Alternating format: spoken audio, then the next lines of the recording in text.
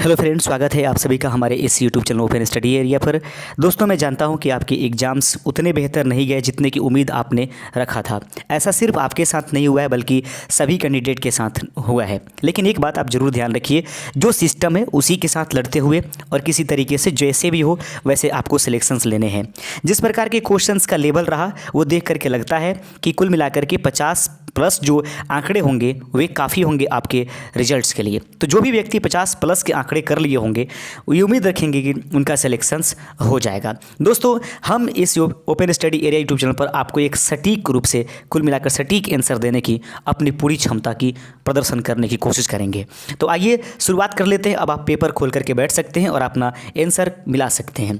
अगर इस बीच में कोई भी डाउट रहेगा उस डाउटफुल क्वेश्चंस को मैं आपको पूरे क्लियर करने की कोशिश करूँगा। हाल ही में भारत का पहला केबल स्टे रेल पुल कहाँ बनाया गया? जम्मू कश्मीर। आप लोगों ने आंसर किया होगा, इसका सही आंसर हो जाएगा।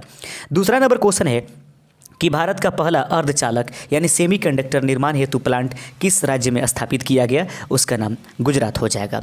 तीसरा नंबर क्वेश्चन आपके सामने था कि अगला तीसरा नंबर क्वेश्चन कह रहा है, ध्यान से देखिएगा।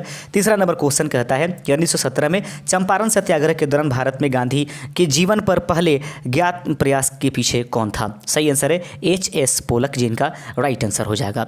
उसके बाद पाँचवा नंबर क्वेश्चन आपके सामने था। जो छठा नंबर क्वेश्चन है, जो भी आपका एक क्वेश्चन दिया गया वो उसी सेट को लेकर के बैठिएगा।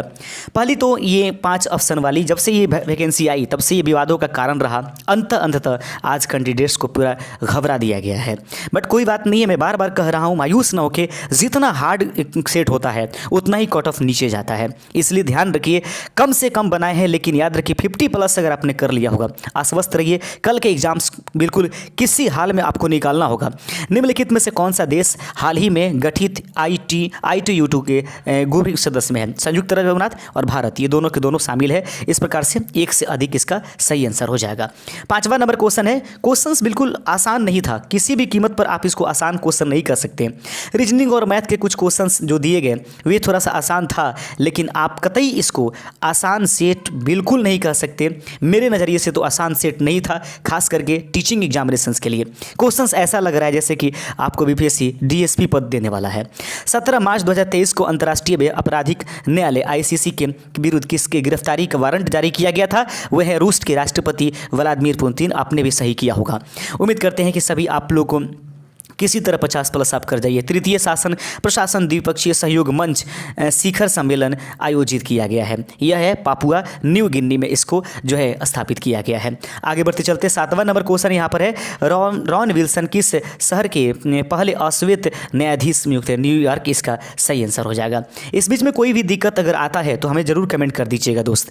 निम्नलिखित में से किस देश में मैं खुद में मैं इस बात को समझ सकता हूँ कि कितनी समस्याएं आपने उठाया होगा, बट कोई बात नहीं है, थोड़ा सा धैर्य बनाइए। ये ज़िंदगी है, उसके साथ चलने की ज़रूरत होती है। मायूस ना होइए, पता नहीं इतना जो स्कोर करके आए हैं उस पर ही कहीं आपका कल्याण हो जाए। निम्नलिखित में से किस देश के संसदीय समिति ने हाल ही में सिफारिश की है कि भारत को नाटो प्लस समूह का हिस्सा बना दिया जाए? ऐसा USA अर्थात अमेरिका ने किया है। आगे बढ़ते चलते हैं 8वें नंबर क्वेश्चन के बाद कहता है प्रश्न कि अंतर्राष्ट्रीय बुकर पुरस्कार 2023 जो है किसको दिया गया था? सही आंसर है जॉर्ज गोस्पोडिनो। थोड़ा सा ये लेवल थोड़ा बढ़िया था ये क्वेश्चंस, लेकिन आपके लिए तो थोड़ा सा मुझे मुश्किल ही लगता है।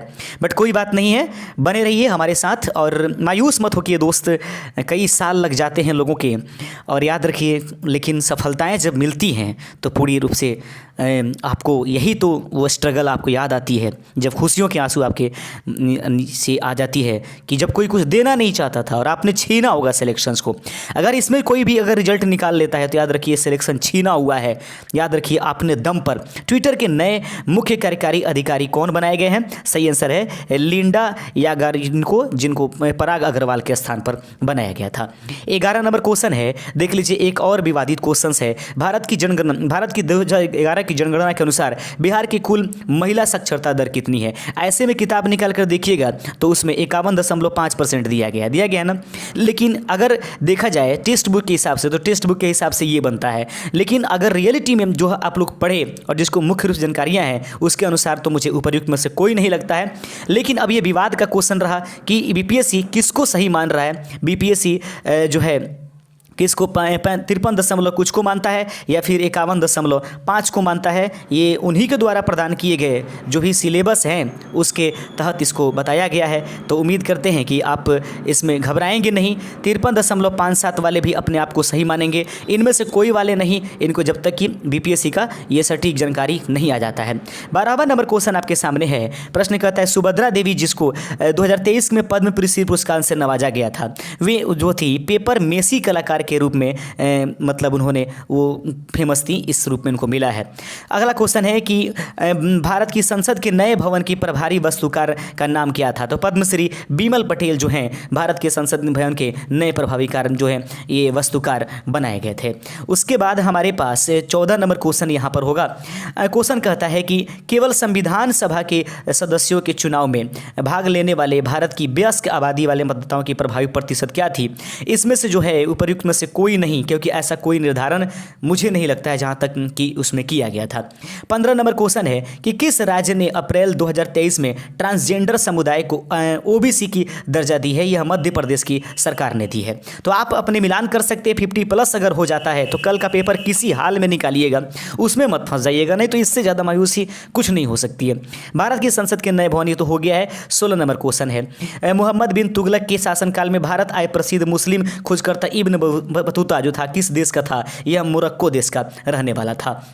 आगे क्वेश्चन था कि प्रश्न कहता है कि भूकंप के संबंध में निम्नलिखित में से कौन सा कथन सत्य है। तो जानवरों के व्यवहार का अध्ययन करके स्थानीय लोग इसका अनुमान लगा लेते हैं, ये सही बात है। धरातल का उद्गम केंद्र के ऊपर स्थान के, ये भी सही बात है। और ये पी तरंग ऑप्शन नंबर इसका डी सही आंसर हो जाएगा। एक से अधिक इसका सही उत्तर हो जाएगा।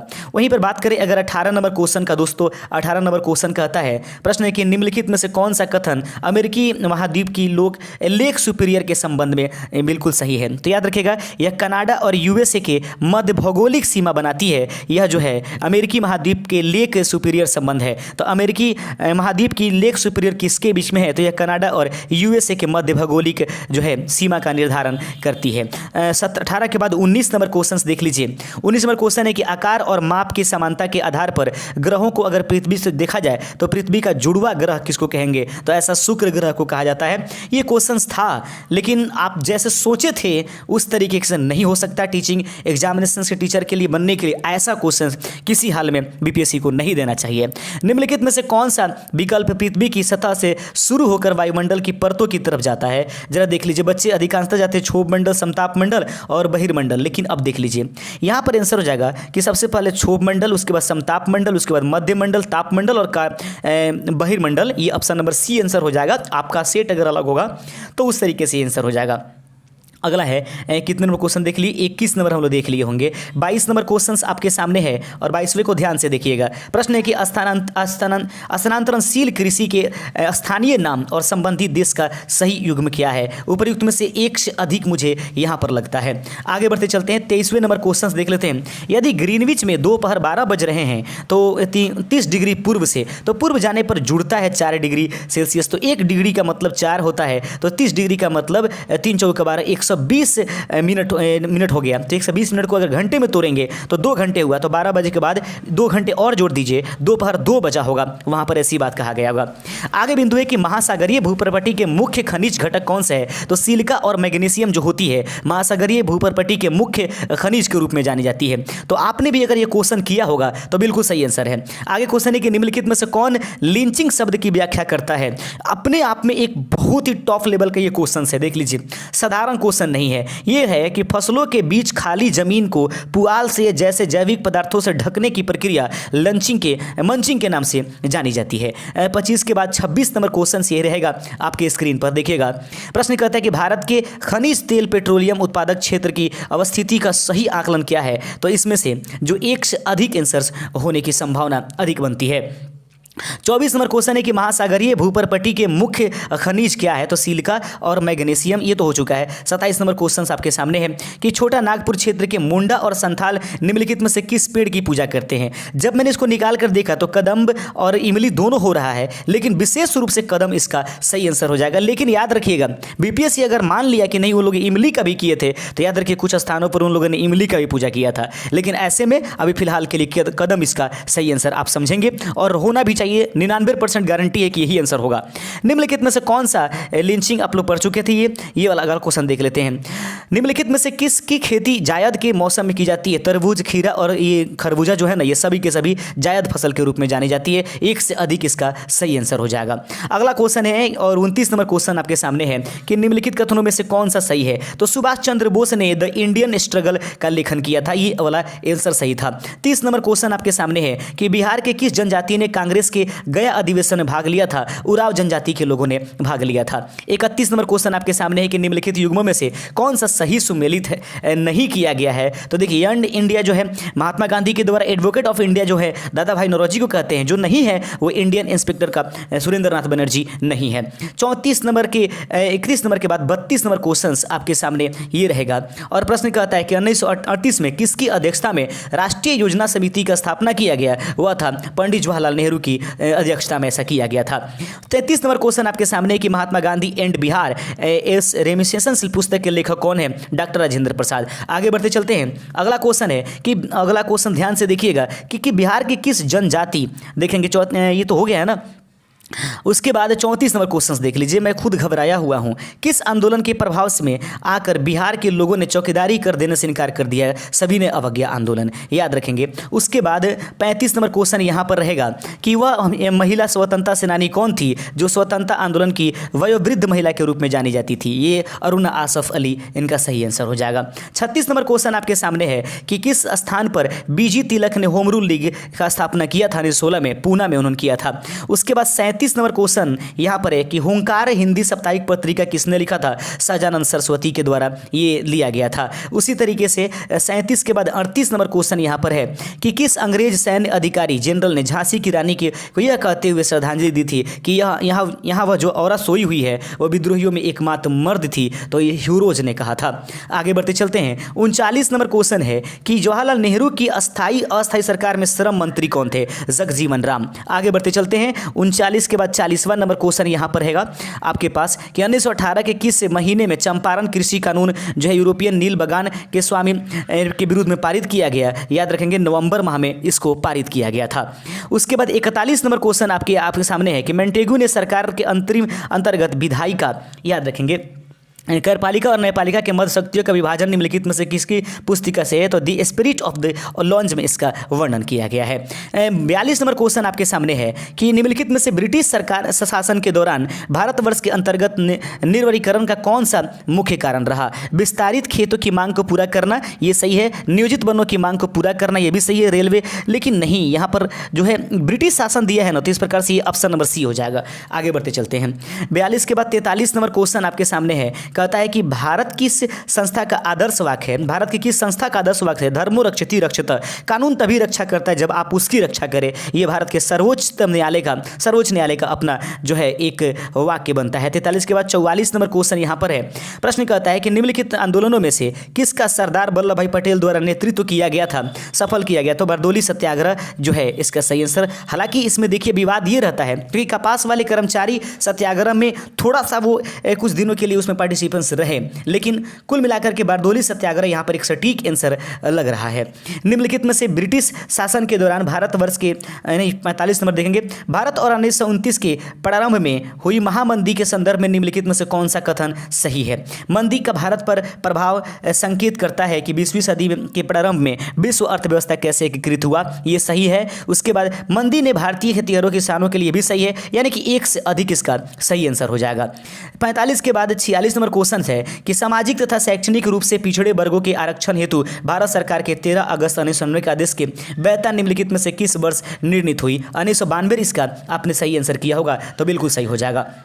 47 नंबर क्वेश्चन है कि एंग्स मेडिसन की पुस्तक दी वर्ल्ड इकोनॉमी हिस्टोरिक जो है इसके अनुसार प्राचीन काल में भारत के विश्व में 20% यहाँ पर आंसर हो जाना चाहिए, 20% होना चाहिए, ऐसा अनुमानित है कि 20% ही आंसर है। यहाँ पर देख लीजिएगा। 48 नंबर क्वेश्चन है कि सूची 1 को सूची 2 से मिलान कीजिए। तो हम उम्मीद करेंगे कि 1 को 2 से मिलान जब हम लोग करेंगे तो जरा देखते हैं कि विशेष विवाह अधिनियम जो है वो 1994 में दोस्तों पेश किया गया था। ए का 2 से मिलान कर रहे हैं। दहेज निषेध जो है ना वह आपको जो कुल मिलाकर के 1961 मुझे ऐसा लगता है, यानी कि ऑप्शन नंबर आप देखेंगे तो मुझे लगता है कि 2 नंबर, उसके बाद फिर 4 नंबर, फिर 1 number, 2 number, 4 number, 1 number, 3 number, यहाँ पर जो ए आंसर है आप देख लीजिएगा।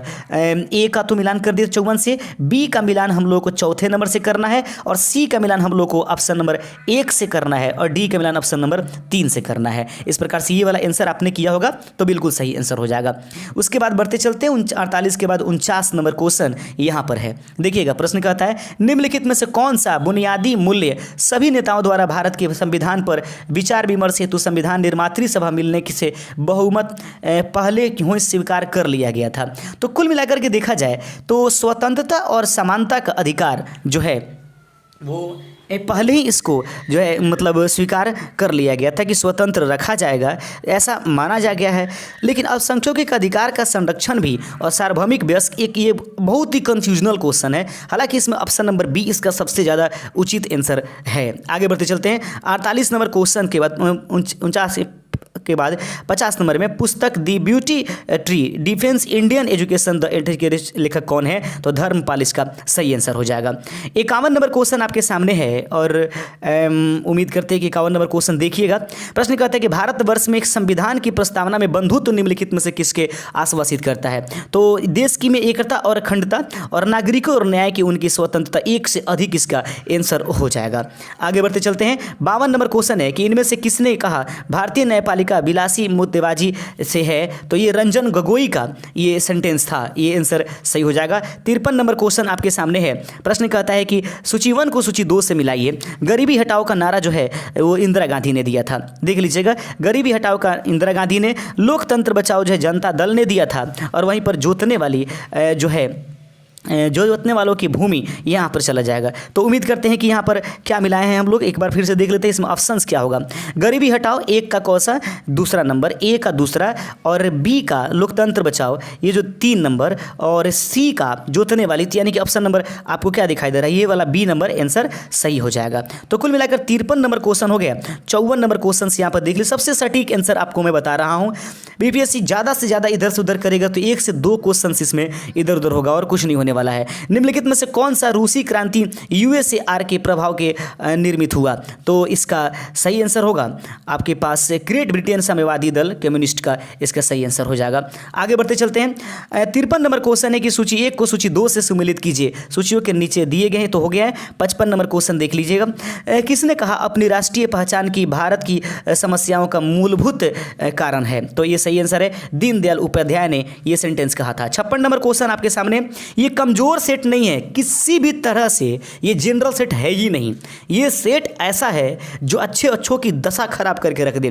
निम्नलिखित में से असहयोग आंदोलन में भाग लेने वाले खेतिहरों की प्रमुख मांगे कौन सी थी, तो राजस्व में कमी, बेगार का उन्मूलन, ये उपयुक्त में से 1 से अधिक इसका सही आंसर हो जाएगा। 57 नंबर क्वेश्चन है कि प्रत्येक पोषी स्तर गैर अपघटनीय रसायनों के लगातार रासायनिक संचय की प्रक्रिया को कहा जाता है, तो इसको जैविक आवर्धन के नाम से जानते हैं। 58 नंबर क्वेश्चन देख लेते हैं। जनसंख्या वहन क्षमता किसके द्वारा निर्धारित होती है, तो ऐसे में देखेंगे सीमित जब संसाधन होगा तो उसके द्वारा नहीं होगा। जन्म दर जो होगा वह सबसे ज़्यादा मायने रखता है। जनसंख्या वृद्धि दर का यहाँ से जनसंख्या वहन क्षमता से कोई जो है निर्धारण नहीं होता, बल्कि वो लोडिंग होती है। जन्म दर सबसे अधिक इसका सही आंसर होता है। हालांकि एक अगर देखा जाए कि जनसंख्या की वहन क्षमता किसके द्वारा निर्धारित की जाती है, तो सीमित संसाधन, जन्म दर और जनसंख्या वृद्धि, तो जन्म दर इस पास इसका सबसे ज़्यादा सटीक इसका आंसर हो जाएगा।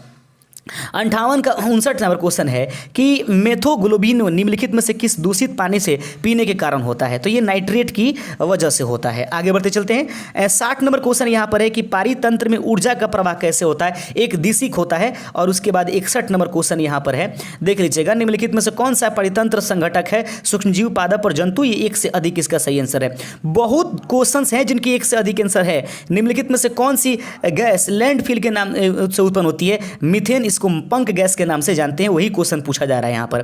63 इतना कौन सोचता है भाई, प्राइमरी लेवल के पढ़ाने वाले जो स्टूडेंट्स टीचर हैं जो बनने वाले हैं, इतना कौन मतलब सोचता है। पढ़ाना है, आपने डीएलएड कराया, आपने बीएड कराया, जिसको मन करे उसको आप दीजिए जॉब, वो अलग बात है, लेकिन इस तरीके से क्षमता के साथ मजाक करना अपने आप में एक बहुत गलत बात है। निम्नलिखित में से कौन जंगल में आहार श्रृंखला का प्रतिनिधित्व करता है?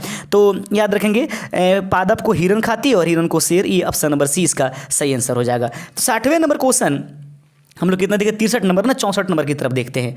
क्या करूं, मैं भी घबराए हुए हूं, किस तरीके से आपको तसल्ली दूं।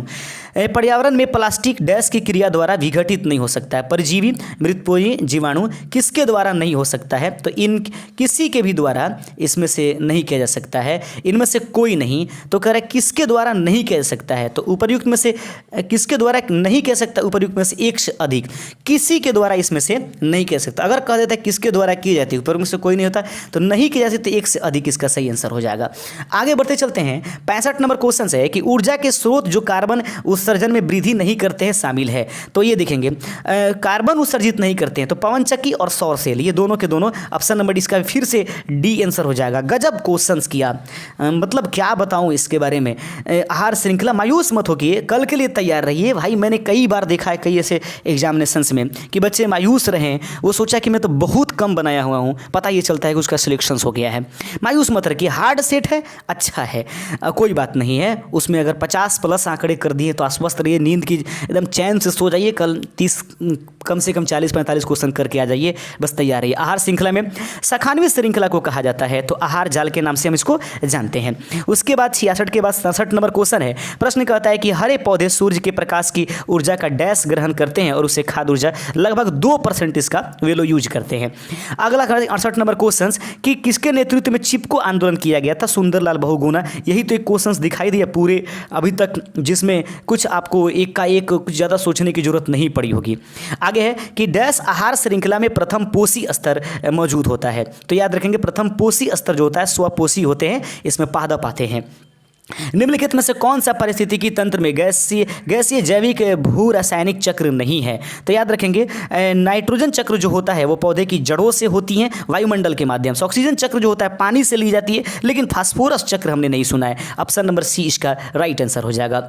आगे बढ़ते चलते 71 नंबर क्वेश्चन है कि निम्नलिखित में से कौन सा जीव क्लोरोफिल में उपस्थिति में सूर्य के प्रकाश का उपयोग कर अकार्बनिक पदार्थों को कार्बनिक पदार्थों में बदलने की कोशिश करता है? तो देखेंगे कौन सी जीव क्लोरोफिल की उपस्थिति में सूर्य के प्रकाश का प्रयोग करके अकार्बनिक पदार्थों को कार्बनिक में बदलने की कोशिश करता है? तो CO2 इत्यादि का निर्माण कर देता है, अकार्बनिक को कार्बनिक के रूप में बदलने की कोशिश करता है। तो देखिएगा ऐसे में अगर यहाँ पर कार्बनिक का अकार्बनिक रहता, कार्बनिक का अकार्बनिक रहता, तब तो वहाँ पर स्वपोषी हो जाता है। लेकिन ऐसा कुछ सूक्ष्म जीवाणु करते हैं, लेकिन हालांकि स्वपोषी इसके अनुसार आंसर होना चाहिए। लेकिन अगर उल्टा चलें, देखिए यहाँ पर कैसा किया गया है कि जीव क्लोरोफिल की उपस्थिति में सूर्य के प्रकाश का उपयोग कर अकार्बनिक पदार्थों को कार्बनिक में बदलता है। तो गौर कीजिएगा जल और उसके बाद क्या क्लोरोफिल, ये सभी लेकर के वो क्या बनाते हैं अकार्बनिक में बनाते हैं, यानी कि कार्बनिक को अकार्बनिक में स्वपोषी। तो यहाँ पर कुछ जीवाणु उसका आंसर हो जाना चाहिए, कुछ जीवाणु में ऐसा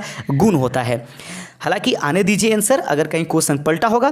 किसके नेतृत्व में ये हो गया? निम्नलिखित में से किसके पास उच्च ऊर्जा स्तर और छोटा तरंग दर्ज होता है? तो पराबैंगनी किरण की जो तरंग दर्ज होती है सबसे कम होती है, लेकिन उसके पास ऊर्जा स्तर सबसे अधिक होता है। कुछ विवादित 3 से 4 क्वेश्चन ऐसे रहेंगे जिसमें बहुत ज़्यादा कन्फ्यूजन है सभी को। दो संख्याओं का योग अगर 480 है, यदि बड़ी संख्या 2% की कमी कर दी जाए और छोटी संख्या 10% बढ़ा दी जाए, तो इनमें सबसे बड़ी संख्या कौन हो जाएगी? 3300/13 इसका राइट आंसर हो जाएगा।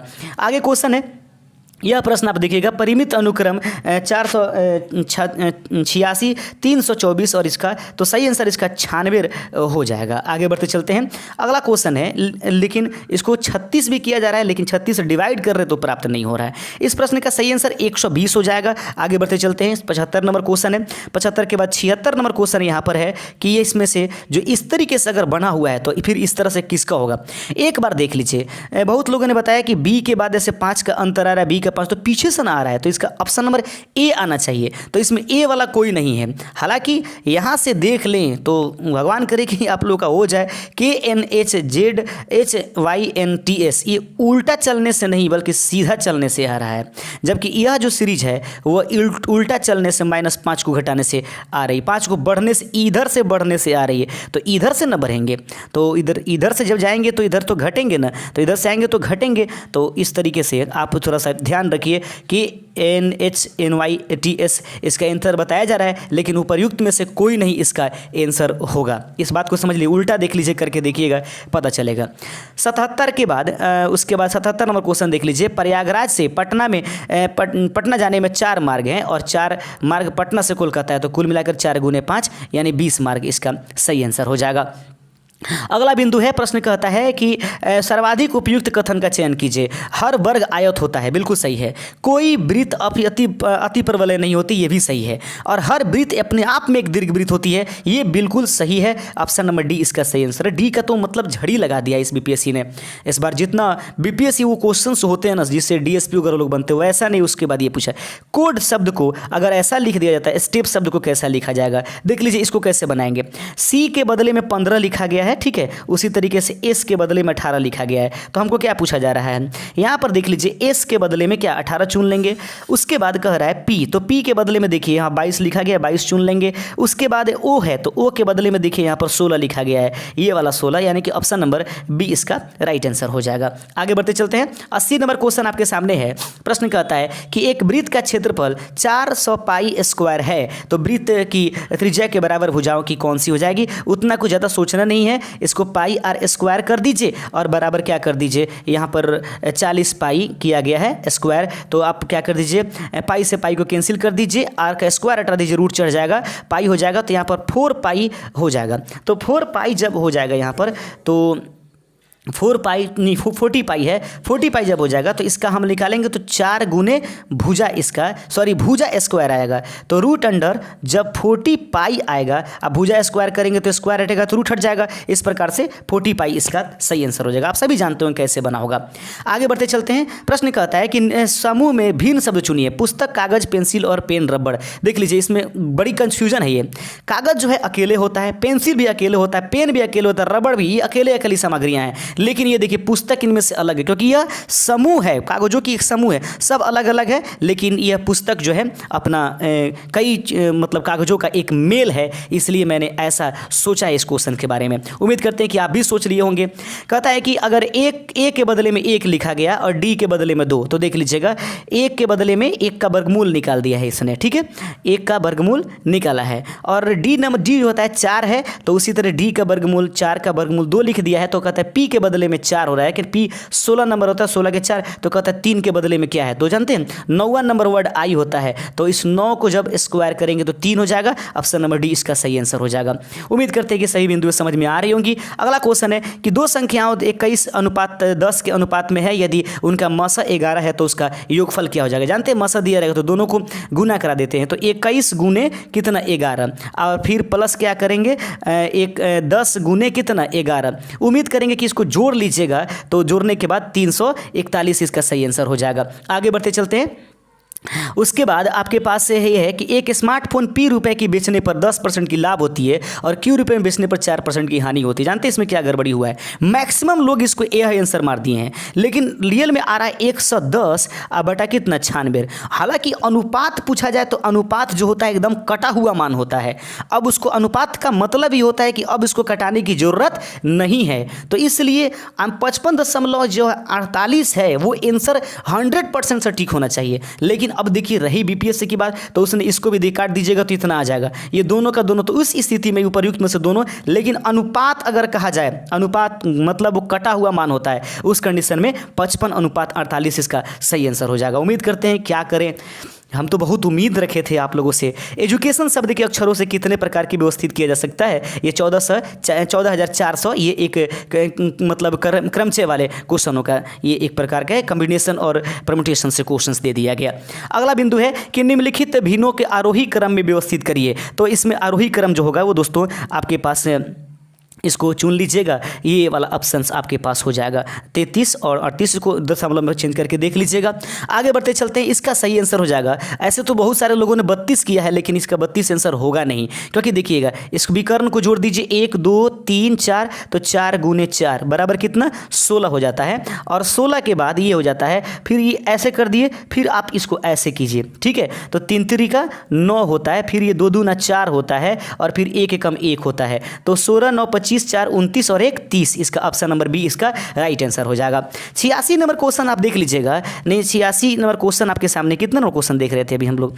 क्वेश्चन नंबर हम लोग 86 देख चुके हैं ना? हाँ, 86 देख चुके हैं। अब 88 नंबर क्वेश्चन कह रहा है, एक व्यक्ति अंडों के एक टोकरी में प्रत्येक दिन रखता है। प्रत्येक क्रमिक दिन रखे जाने वाले अंडों की पहले से टोकरी में मौजूद संख्या के बराबर है। इस टोकरी द्वारा 24 भरी जाती है, तो बताइए कुल कितने दिनों में टोकरी का 1/4 भर जाएगा? 22 इसका आंसर सही हो जाएगा। बहुत सारे लोगों ने 4 से भाग लगा दिया है। आगे बढ़ते चलते हैं। अगला क्वेश्चन है, एक फर्नीचर विक्रेता को 30 कुर्सियों के बेचने पर 6 कुर्सियों के बीच में लाभ होती है 16.2/3, इसका आंसर हो जाएगा। इसका आंसर -1/2 होना चाहिए। आगे बढ़ते चलते हैं। अगला क्वेश्चन है, 2 अंकों की संख्या के अंकों का गुणनफल 36 है, तो 45 घटा दिया जाए तो कितना हो जाएगा? हालांकि रियल में इसको अगर संख्या पूछा गया, आपस में बदल दिया तो संख्या अगर पूछ देगा तो 49 होगा, लेकिन बदला हुआ संख्या पूछा जाएगा तो उस कंडीशन में 94 हो जाएगा। उस कंडीशन में ऑप्शन नंबर डी इसका सही आंसर हो जाएगा। उसके बाद 90 के बाद 91 नंबर क्वेश्चन देख लीजिए, इसका ऑप्शन नंबर 3 हो जाएगा। आगे बढ़ते चलते हैं। 91 के बाद देखते हैं 92 नंबर क्वेश्चन। 92 नंबर क्वेश्चन आपके सामने है, ये तो बता दिया गया था। 92 नंबर -1/2 होगा, -1/2 मुख्य रूप से। आगे 93 नंबर क्वेश्चन जो है x - 2 इसका राइट आंसर हो जाएगा। 94 नंबर क्वेश्चन आप लोग देख लीजिएगा, इसका आंसर जो होगा आपके पास 231 331, इसका आंसर ऑप्शन नंबर बी बताया गया है। आगे बढ़ते चलते हैं। अगला क्वेश्चन आपके सामने है, कितने नंबर क्वेश्चंस देखेंगे? अभी हम लोग क्वेश्चन देख रहे 94, 95 नंबर क्वेश्चन कहाँ गया सर? 95 नंबर क्वेश्चन ये रहेगा रम्मी। यहाँ पर 450 जो कोई आंसर था, इसको दोनों को जोड़ दीजिए। 320 प्लस 300 कितना 50, तो 320 और 50 जोड़ दीजिए 0, और 5 और 2 7, और 3 और कितना रहेगा 3 3 6, 670। तो 670 में से आप घटा लीजिए 200, 670 में से घटा लीजिए आप कितना 220, तो 220 घटाइएगा तो 0, 7 में से 2 जाएगा 5, और 4 6 में से 2 जाएगा 4, यानी कि 450 इसका सही आंसर हो जाएगा। आगे क्वेश्चन आपके पास है 92 नंबर। प्रश्न कहता है 92 नंबर की 2 वर्ष में एक ही आयु वर्ष के व्युत्क्रम, तो इसका सही आंसर 4 वर्ष आएगा। आप निकाल लीजिएगा। इसको निकालने का तरीका है, जैसे कि 2 वर्ष के बाद तो x/x - 2 हो जाएगा, आप प्लस उसके बाद 2 वर्ष के बाद तो x 1/x + 2 आप बराबर कर लीजिएगा 2/3 से। जब x का मान निकालिएगा तो 4 वर्ष आ जाएगा। आगे बढ़ते चलते हैं। अगला क्वेश्चन है और इसका सही आंसर 1951 राइट आंसर हो जाएगा। उसके बाद बढ़ते चलते हैं। इसका नंबर क्वेश्चन जो है, यह जो है 3 के, तो देखिएगा मूलों का गुणनफल जो है, तो अल्फा गुने बीटा बराबर होता है c/a। ठीक है, तो अल्फा गुने बीटा का गुणनफल 3 दिया है, तो k का मान निकालिए। तो c/a का मान आपके पास 3 दिया है, तो c/a के बदले में क्या करेंगे? तो c/a के बदले तो c का मान आप लोग यहाँ से रख दीजिए, c का मान k है। ठीक है, और उसके बाद बटा ए का मान आप देख लीजिए 3k दिखा गया है, और बराबर में कितना है 3। k से k कैंसिल हो जाएगा, तो k का मान ही नहीं बचेगा, तो कहाँ से आंसर आएगा? उपर्युक्त में से कोई नहीं, इसका सही आंसर हो जाएगा। 101 नंबर क्वेश्चन आपके सामने है, तो यहाँ पर देखिए लॉग कर दीजिएगा ना, तो लॉग √2 कर दीजिएगा और √2 का पावर 5 कीजिएगा। ठीक है, तो उस कंडीशन में ये वाला दोनों मान बदल जाएगा। यानी कहने का मतलब कि यहाँ पर देखिए एक लॉग हो जाएगा, तो √2 और √2 क्या हो जाएगा? बच जाएगा। अब 5 पर जो बचेगा ना, तो इसको यहाँ बाहर ला दिया जाता है। ठीक है, बाहर, और ये 2 नीचे की तरफ चला जाता है। उसकी कंडीशंस में ये 5/2 हो जाता है, कर देने पर ये 5/2 इसका राइट आंसर हो जाएगा। आगे बढ़ते चलते हैं, क्योंकि 2 दूना 4, 4 दूना 8, 8 दूना 16, 16 दूना 32। ठीक है, 32 करिएगा तो 32 को रूट के हिसाब से इस दोनों को चेंज करना होता है, दोनों का मान बराबर करनी, तो जो करिएगा तो 1/2 हो जाएगा, तो 1/2 बाहर निकल जाएगा, और ये 5 जो है ना, दोनों मिल करके 5 से 5 एकम 5 होगा, तो 5/2 इसका आंसर हो जाएगा। इसको बनाना पड़ेगा थोड़ा सा, हमने तो इसको बनाया, अब मतलब अब बना करके आप लोगों के लिए चेक किया कि हाँ कैसा कैसा इसका आंसर है। मैं अपने तरफ से पूरी कोशिश किया हूँ कि आपका सभी आंसर सटीक हम दे दें। अगला क्वेश्चन है, देख लीजिएगा इस क्वेश्चंस को, त्रिभुज की समानांतर की 10 से 16, 5 से 11, इसको आप देख लेते थोड़ा देर में, देख लीजिए इस क्वेश्चन को, देख लीजिए थोड़ा सा, इसको बनाना पड़ेगा। इसमें जो होगा x का मान कितना हो जाएगा? 1 इसका राइट आंसर हो जाएगा। देखने में तो 27 लग रहा था शुरू में, लेकिन होता है एक किसी धातु के एक ठोस गोले की त्रिज्या 3 सेंटीमीटर है, तो इसका आंसर जो है आप लोग प्रयुक्त में से नहीं, ऑप्शन नंबर इसका बी आंसर होना चाहिए। आगे बढ़ते चलते हैं। 105वें नंबर क्वेश्चन है, निम्नलिखित में से किसका पीएच मान 7 से अधिक होता है? तो रक्त प्लाज्मा का। अब साइंस सेशन शुरू होता है। एक सामान्य नेत्र लेंस की नाभिक दूरी कितनी होती है? तो याद रखिए, सामान्य लेंस की नाभिक दूरी पूछा गया है, ठीक है। अब नेत्र लेंस की नाभिक दूरी पूछा है, तो याद रखिए आप ये ना कह दीजिएगा कि सामान्य नेत्र लेंस की ये क्या होता है, कम से कम दूरी कितनी होती है, न्यूनतम दूरी नहीं, नाभिक दूरी पूछा गया है, तो 2 सेंटीमीटर इसका आंसर हो जाएगा। और ये स्पष्ट दृष्टि का न्यूनतम दूरी 25 सेंटीमीटर होता है। आगे बढ़ते चलते हैं। 106 नंबर क्वेश्चन के बाद 107वां नंबर क्वेश्चन आपके सामने है कि शुष्क बुझे हुए चूने पर क्लोरीन गैस प्रवाहित करने से विरंजक चूर्ण का निर्माण होता है।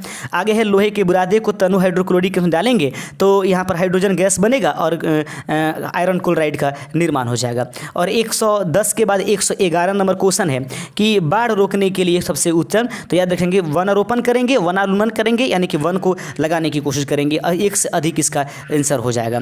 आगे बढ़ते चलते हैं। अगला क्वेश्चन है 111 हो गया, उसके बाद 112 नंबर क्वेश्चन यहाँ पर है। प्रश्न है कि खाने के डिब्बों में जिंक की बजाय टीन की परत क्यों चढ़ाई जाती है? क्योंकि टीन की तुलना में जिंक अधिक प्रतिक्रियाशील होता है। ऑप्शन नंबर ये इसका सही आंसर हो जाएगा। 113 नंबर क्वेश्चन है दोस्त कि अंडाशय द्वारा कौन सा कार्य किया जाता है? एस्ट्रोजन का स्राव, प्रोजेस्टेरोन का स्राव, डिंब का निर्माण। उपयुक्त में से एक से अधिक आंसर सही है। इमली में कौन सा अम्ल पाया जाता है? टार्टरिक अम्ल इसका राइट आंसर हो जाएगा। आगे बिंदु है कि क्लोरोफार्म क्या होता है? तो क्लोरोफार्म जो होता है दोस्तों, प्राणियों के पाचन नाल में उपस्थित रहने वाले एक प्रकार की बैक्टीरिया का नाम है। 116 नंबर क्वेश्चन आपके सामने है कि विद्युत विभव को मापने के लिए किस उपकरण का उपयोग करते हैं? तो विद्युत विभव को मापने के लिए वोल्ट मीटर का प्रयोग करते हैं। आगे बढ़ते चलते हैं। चुंबकीय क्षेत्र क्या है? तो यह एक सदिश मात्रक है। 117 के बाद 118 नंबर क्वेश्चन देख लेते हैं। 118 नंबर क्वेश्चन रहेगा कि एक व्यक्ति पृथ्वी पर अधिक भार किस स्थिति में धकेल सकता है? तो याद रखिए, सर्पी घर्षण होती है ना, वो ज़्यादा भार मतलब खींच करके, याद रखिए खींच करके सर्पी घर्षण में। तो अगर कहता है कि किस भार को घसीट करके ले सकता है, तो याद रखिए उस कंडीशन में तो लेट करके हो जाता है, लेकिन यहाँ पर कह रहा है धकेल करके, तो लुढ़काना, तो ये कब संभव होगा? खड़े होकर के रहिएगा तभी जाकर के संभव हो पाएगा। 119 नंबर क्वेश्चन है कि प्रिज्म से गुजरने पर सबसे अधिक अपरिवर्तन होने वाली रंग कौन सी है? तो देखिएगा प्रिज्म है, ये प्रिज्म में देख लीजिएगा ऐसे ऐसे प्रकाश की किरणें आती है, तो सबसे अधिक अपवर्तित कौन होती है? अपवर्तित का मतलब क्या? विचलित हो जाना।